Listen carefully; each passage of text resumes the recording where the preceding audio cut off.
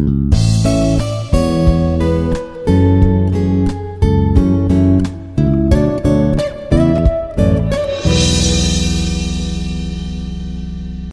friends, welcome back to IARE YouTube channel.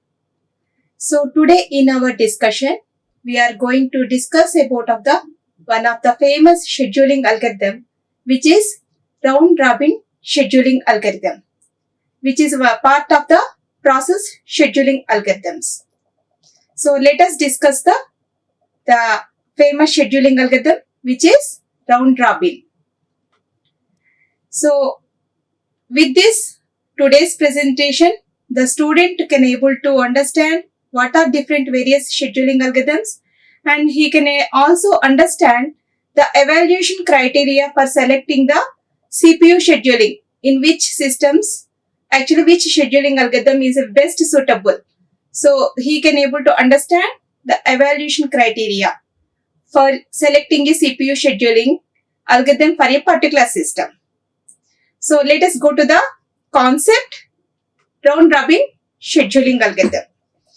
So in last sessions, we have already discussed the first come first serve scheduling algorithm, shortest job first scheduling algorithm, and another is priority based scheduling algorithms.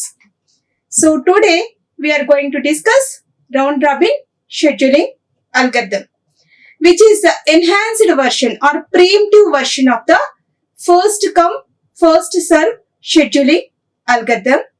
So this algorithm is basically designed especially for time sharing systems. So this scheduling algorithm is the main idea behind this scheduling algorithm is for time sharing systems. So it is designed especially for time sharing systems. So it is similar to FCFS, first come first serve scheduling algorithm. So where preemptive, because while discussing the schedulings, we have discussed two types of the scheduling: preemptive scheduling, non-preemptive scheduling.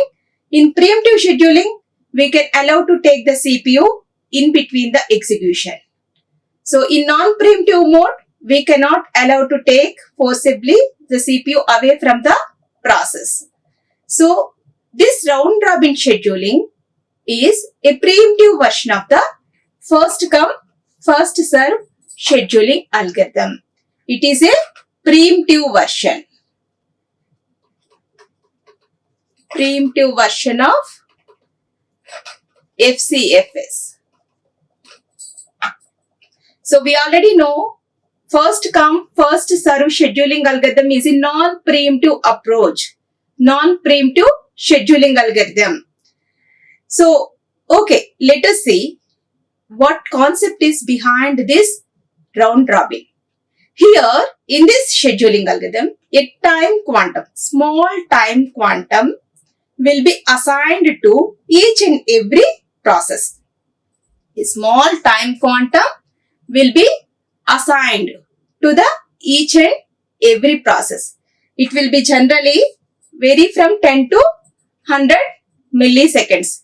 So this time quantum may be either one unit of time, 1 milliseconds, or 3 units of the milliseconds, or 3 or 10 to 100 milliseconds. It's generally. And so we already know process state diagram. When a process wants a CPU, it will wait in a ready queue. So here, then the scheduler will pick the process from the ready queue based on the scheduling algorithm. So here, this ready queue will be treated as circular queue. Here in this round robin scheduling algorithm, this ready queue will be treated as circular queue, that we will discuss little later. So here, while in the process state diagram, we already discussed so many different states. So when process wants a CPU, first initially it will be sit in a ready queue. Then scheduler will pick a process based on the scheduling algorithm. Here, the round robin scheduling algorithm will be a part. Suppose if the scheduling algorithm is a round robin, then here whatever processes are in the ready queue wants to take the CPU, waiting for a CPU, then for each and every process, certain time quantum will be given. Certain time the CPU will be given, right? Once the time quantum expires, then the next waiting process in the ready queue will get a chance to get CPU. So that is a main principle inside the round robin scheduling algorithm. So what is the main principle in round robin scheduling? So each and every process will get a certain period of the time CPU for execution. Once the time quantum expires, then it will pick a process who are waiting in the ready queue. So this ready queue will be implemented as circular queue. This we can able to see here in the diagram. See, suppose here in this ready queue, if you let us assume that 10 processes P1 to P10 are in a ready queue. So now when that CPU scheduler is taking the process based on the round robin scheduling, and let us think that each and every process is having of one time quantum. So the CPU scheduler come and pick the process P1 from ready queue. Then after 1 unit of the time, suppose the burst time or execution time for process 1 is 4 milliseconds. Then how much time actually the CPU will get a chance? So P1 will get execution, P1 will get 1 time quantum at particular instant. Once the time quantum expires, then it will preempt the process P1 and will take the another process P2. And again, P2 will get a chance for 1 unit of the time quantum. That's what time sharing systems. Here, with this scheduling algorithm, what is actually observation is, so in this scheduling algorithm, many processes will get the interactive response from the CPU. So the process will get the chance to get execution. So that is the basic motto in round robin scheduling algorithm. So suppose if it is a 4 milliseconds, a process 1 requires 4 milliseconds, then 4 turns it has to come and get the execution, right, in the ready queue. So now let us see how we have to implement this round robin scheduling algorithm. So we already informed this, whenever the process comes, this round robin scheduling algorithm, this ready queue will be implemented with help of first in first out queue, FIFO queue, first in first out queue. Here the deletions will be happen at head and insertions of the process will be held at tail of a queue. Suppose now if you observe with the before figure, now P1 to P10 process are in a queue. P1 to P10 process. Now P1, P2, P3, like that all these processes are coming and waiting in a ready queue. So suppose if 11th process comes and 11th process will be added at tail of the queue. That means that the insertions will be happen at tail of the queue. And now scheduler will pick the process at head side, means the process will be deleted from the queue. The process will be deleted from the queue. So deletions. Then the scheduler will pick the process P1 from a queue and it assigns the CPU for one time quantum. Suppose that time quantum will be decided later. So how we have to set the time quantum? Time quantum. So here the time comes up for interactive nature. We are assuming that the time quantum equal to 1 milliseconds. So P1 will get CPU for 1 milliseconds. Then the P1 will be quit out from the execution.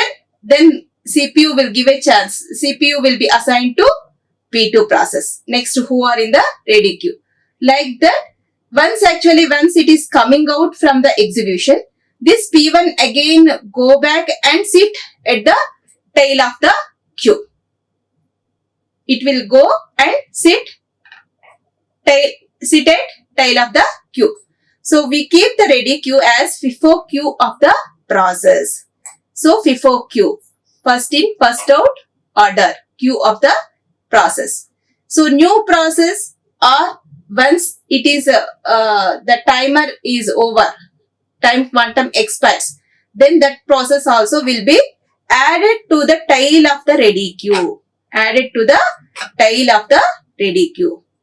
So here the CPU scheduler picks the first process from the ready queue and sets a timer to interrupt after one time quantum and dispatches the process. And then once one time quantum expires, then it will take away from the CPU and dispatch the process and makes again insert at end of the queue, tail, at the position of tail. So it will again add it into the queue till the execution of the process is going to be completed.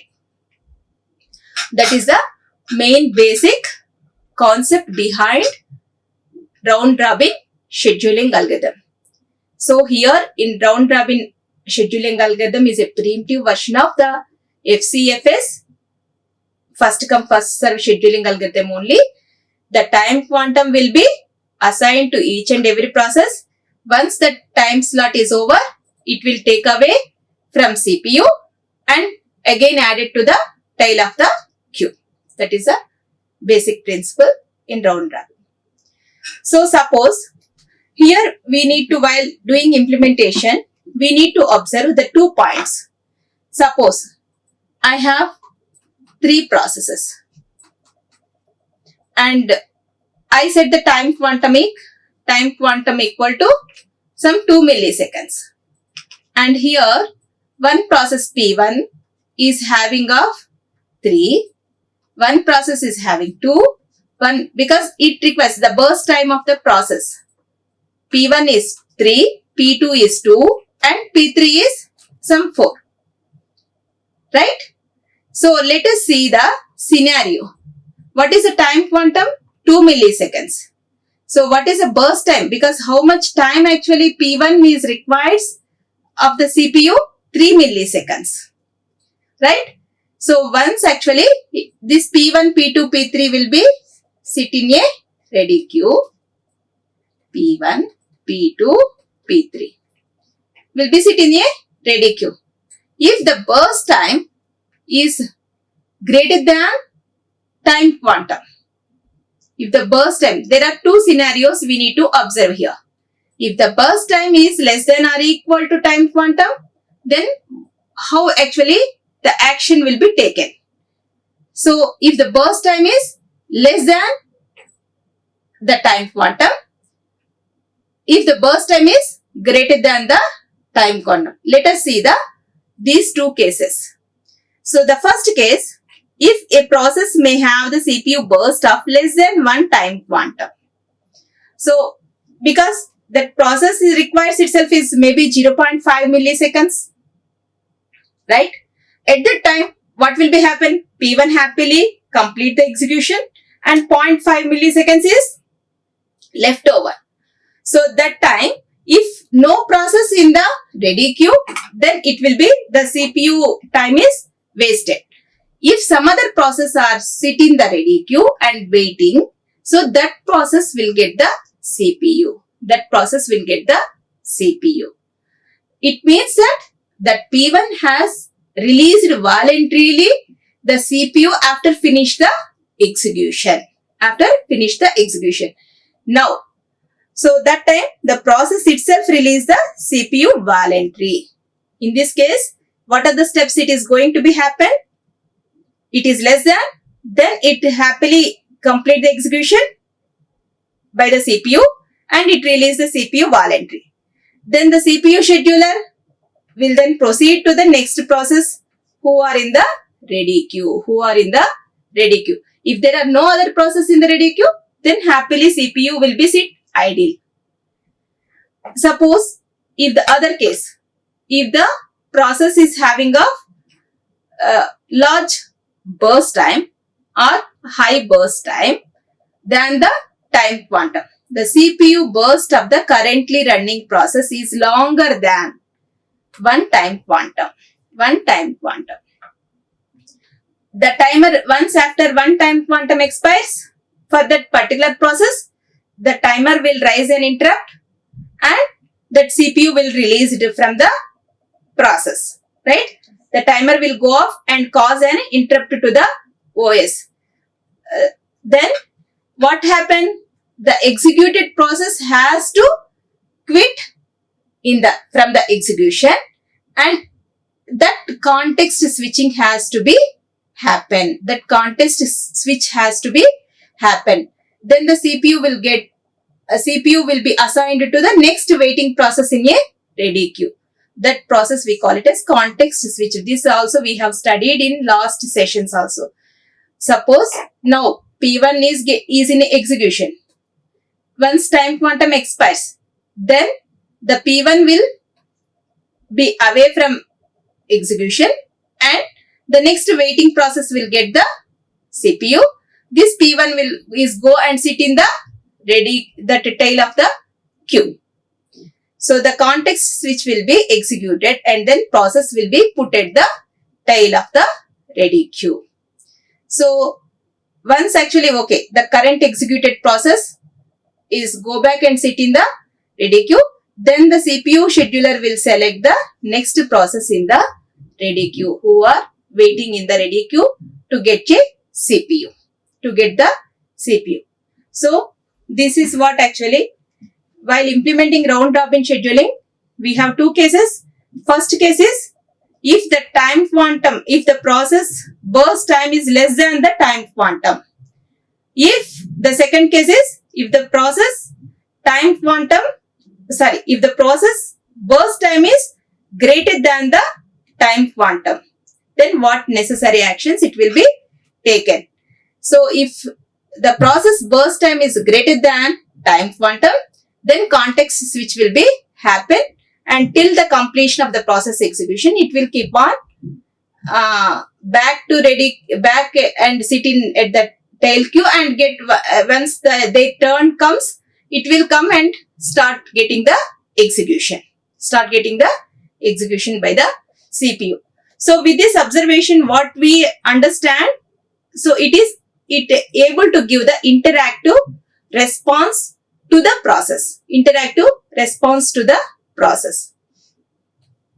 So this only we have explained with help of flowchart.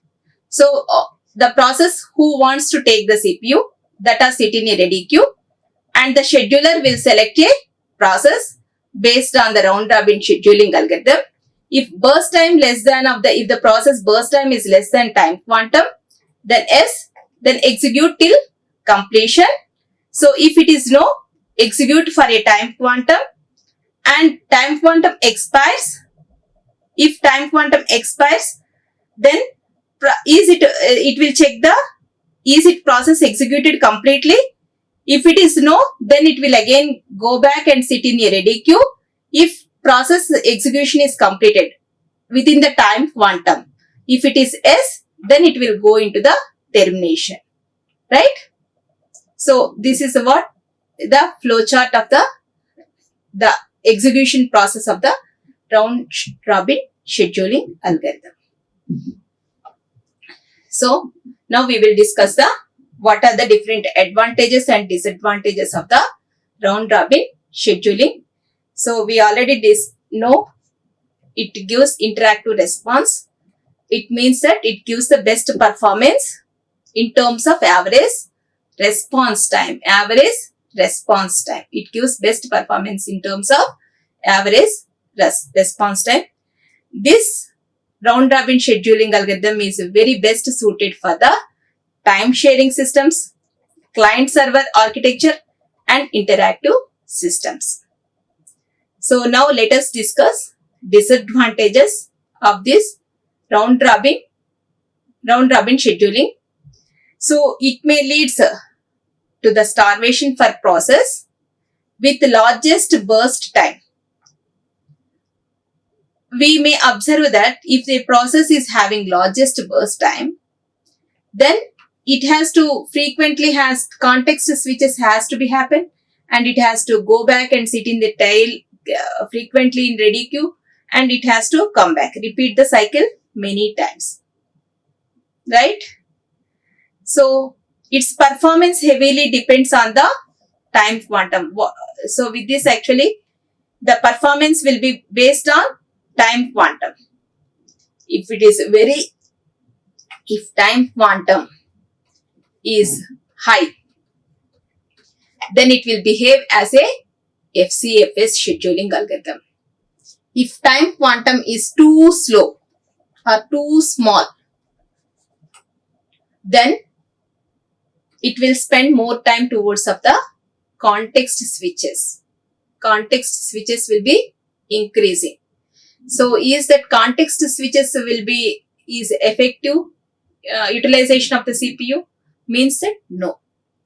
The number of context switches has to be reduced, right? So priorities, one more disadvantages here is priorities cannot be able to set for the processes. That is one more disadvantages. So now let us see, if the time quantum is too small, the number of context switches will be increases, response time will be decreases, because time quantum too small. So always happily the process will get chance to get interact with the, or to get a chance to get execution by the CPU. So chances of starvation also decreases. Chances of starvation also decreases. Starvation means that a process will wait very longer time in the ready queue to acquire the CPU. The other process who are coming next to that process, that those process burst time is, if it is less, those process will get a chance to the chance of CPU. That's nothing but starvation, right? Waiting more time, longer process, waiting more time in ready queue to acquire CPU. So thus smaller value of time quantum is better in terms of response time. So if the time quantum increases, obviously the context switches will be decreases and response time will be increases. The chances of starvation also increases, because if the time quantum increases, what are the disadvantages are having with the first come first serve scheduling algorithm? The almost all the disadvantages will be coming to here also. So it will be similar to act as a first come first serve scheduling algorithm. Thus higher value of time quantum is better in terms of number of context switches. So because it is, we can able to reduce the context switches. So let us give the conclusion. If time quantum is increased, then round robin will be tends to become FCFS. It is also one of the important bit for the GATE examination. If time quantum is high, then how actually round robin scheduling algorithm will be behave? It's behave like a FCFS, first come first serve. Even though it is a primitive version, but still the behavior will be like FCFS scheduling. So if the time quantum tends to infinity, if it tends to infinity, round robin scheduling becomes FCFS. The performance of the round robin scheduling is heavily depend on the value of the time quantum. So this performance parameter will be based on the value of the time quantum. The performance of the round robin scheduling heavily depends on the value of time quantum. The value of time quantum should be such that it is neither too big nor too small.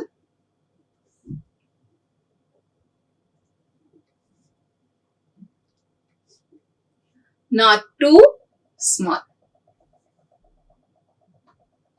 Let us take some of the examples for this scheduling algorithm and solve these algorithms. Solve this example. So the question will be, consider the set of 5 processes whose arrival time and burst time is given below. And if the CPU scheduling policy is round robin with the time quantum, here particularly with round robin scheduling algorithm, they have to mention in question itself how much time quantum they have taken. The time quantum equal to 2 units. Then calculate the average waiting time and average turnaround time. So what is the data? P1, there are set of 5 processes and arrival time. The P1 is arrived at 0. P2 is arrived at 1, P3 2, P4 3, P5 4 respectively, and their burst times are P1's burst time 5, P2 burst time is 3, P3 is 1, P4 is 2, P5 is 3. That is the given data. Now, what is the first step we need to do that while solving of this example? By applying the round robin scheduling algorithm. So we have to, first step is we have to draw the GNAT chart. We have to draw the GNAT chart for this and see. So at time 0, who are the processes are in the ready queue? Only one process in the ready queue, P1. So what is the burst time? 5. But how much time quantum actually it is given? 2. It means that 2 milliseconds P1 will get a chance. After 2 units are over, then P1 will be preemped from the CPU and go back and sit at tail of the ready queue. So let us see the GNAT chart. Let us P1, P2, P3. P1, P2. Let us take the data. P5. Arrival time and burst time. Arrival time is 1, 2, 3, 4, 5 and burst time is 5, 3, 1. So now let us see at time 0. What are the processes are in a queue? P1. So what is the burst time? 5 milliseconds. The time quantum is equal to 2. So now first 0 to 2 milliseconds are 2 units. P1 will get a chance. So P1 will get the preempt. And who is the next wait in the ready queue? By these 2 units, P2 and P3 are in the ready queue. So now who is next to the P1? P2 in the ready queue. P1 2 milliunits actually it is executed. Then next P2 is arrived at 1 and burst time of P2 is 3. So 2 units only will be allocated the CPU. So 2 plus 2, 4. So still how much it is left? Now 1. How much here? 3. Because 2 units already executed in first slot. So here 1 milliunit for still actually P2 requires. Now next, who are in the by these 4 units, who are in the ready queue? Now all the process are in the ready queue. Now P3. Now next chance will get the P3. 4 plus 2. But here 4 plus, because for P3 the burst time is, if you observe here, burst time is only 1 unit. It usually maybe get a chance for 2 units, but P3 able to finish it off within a 1 unit, because the burst time itself is the 1 unit, the first case. So then P3 will be 4 plus 1, 5. Then 1 unit of the CPU has given voluntary to the next process. So now in the next process, who are in the ready queue? So P1 will get the again next slot. P1 will get the next slot. So here P1 is how much actually it is left? 3 units already is in the queue. Again 2 units of the time quantum it will be it will get the CPU. So one more, and P1 will get a chance 5 plus 2, 7. 5 plus 2, 7. Now, who are in the ready queue? Because P3 is completed. P3 is already completed. Now, next, who are in the ready queue? P4. P4 in the ready queue. So, P4, 7 plus 2 units. P4 is having a 2 units only burst time. So 7 plus, it means that P4 also able to finish the execution. 7 plus 2, 9. So what is the completion time of the P4? Is 9. So now who are in the next queue? P5. P5 is arrived at 4 and requires 3 units of the time. So but it will get 2 units of the time initially. So P5, 9 plus 2, 11. So again, still it requires 1 more milliunits. Then it will come back and check in the ready queue. Who are in the ready queue? Next in the waiting queue. P1 or P2? P2 is in the ready queue. P2 is in the ready queue. P2 requires only 1. Even though 2 units it will allot it to the P2, but still P1 requires 1. Then P1 will complete the execution plus 1. So it also finish the execution. P2 also finish the execution. Now who are in the next in the queue? P1. P1 also 12 plus 1, 13. Finish the execution. And now P5 will also get the chance to, will be assigned CPU and get a chance to complete execution at 14 milliseconds. So now after draw this Gantt chart, now we have to calculate the turnaround time. So we already know the formula to calculate turnaround time equal to completion time minus arrival time. Completion time for P1, if you observe here, P1 is able to complete at 13 milliseconds. P1 able to complete the execution at 13 milliseconds and arrived at 0. 13 minus 0, 13. So the total execution time for P1 is 13 milliseconds. Now come to the P2. What is P2's? You just check in the Gantt chart where it is completed at 12 milliseconds. And at what time it has arrived? 1. 12 minus 1. 12 minus 1. 11. 11 milliseconds. Now for P3. For P3 is arrived at 2 and P3 has completed execution. If you observe in entire of the Gantt chart, P3 able to complete the execution at 5 and arrived at 2. 5 minus 2 equal to 3. So now P4 is arrived at 3 and finished the execution at 9 milliseconds. So 9 minus 3, 6. Now P5. P5 completed at 14, arrived at 4. 14 minus 4, 10. Now once we are calculating the turnaround time of the all processes, we are able to easily calculate waiting time. So waiting time means that turnaround time minus burst time. This is also we already known. So now let us calculate for all the process P1, P2, P3, P4.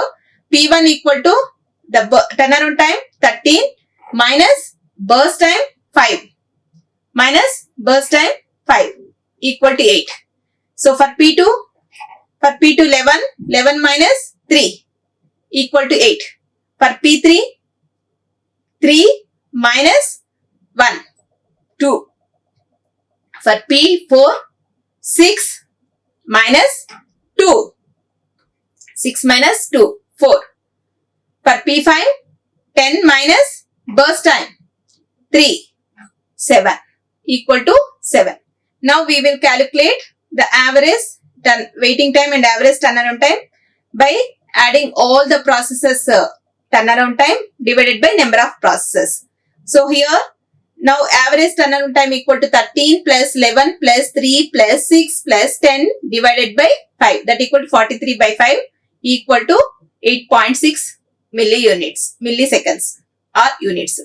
So the waiting time of all the processes 8 plus 2 plus 4 plus 7 divided by 5, the average waiting time. Average once we are using means that you have to divide the total divided by number of processes, that equal to 29 divided by 5, that equal to 5 by 8 milliseconds.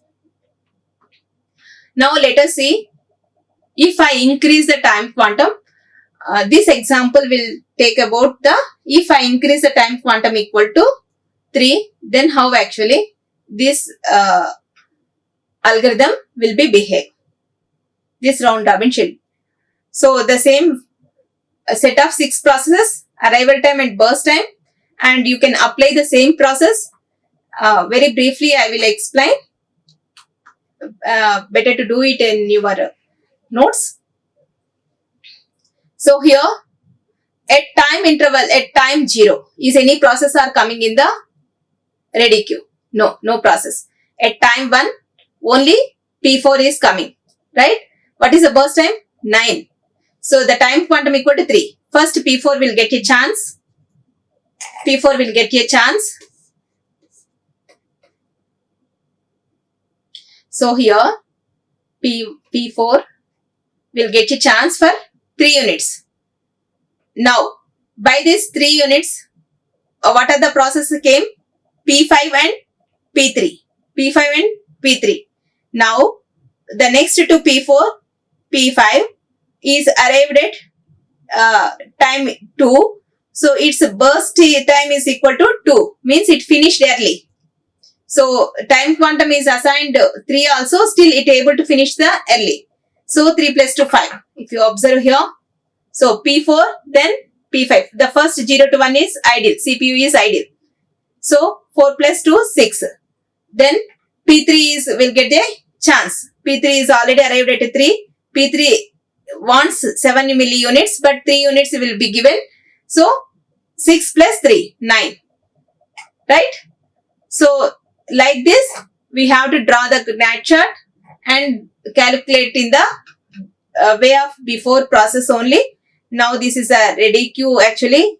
P4, P5, P3, P2, P4, P1, P6, P3, P2, P4, P1, P3. Like this actually it will be sit in the ready queue to get a chance waiting for a CPU. So in the same fashion how we have done in the previous problem, the same fashion you can calculate, you will get the same results. So this is the different materials I have referred for to make the PPT. Thank you. Like, share and subscribe. Hit the bell icon for more updates.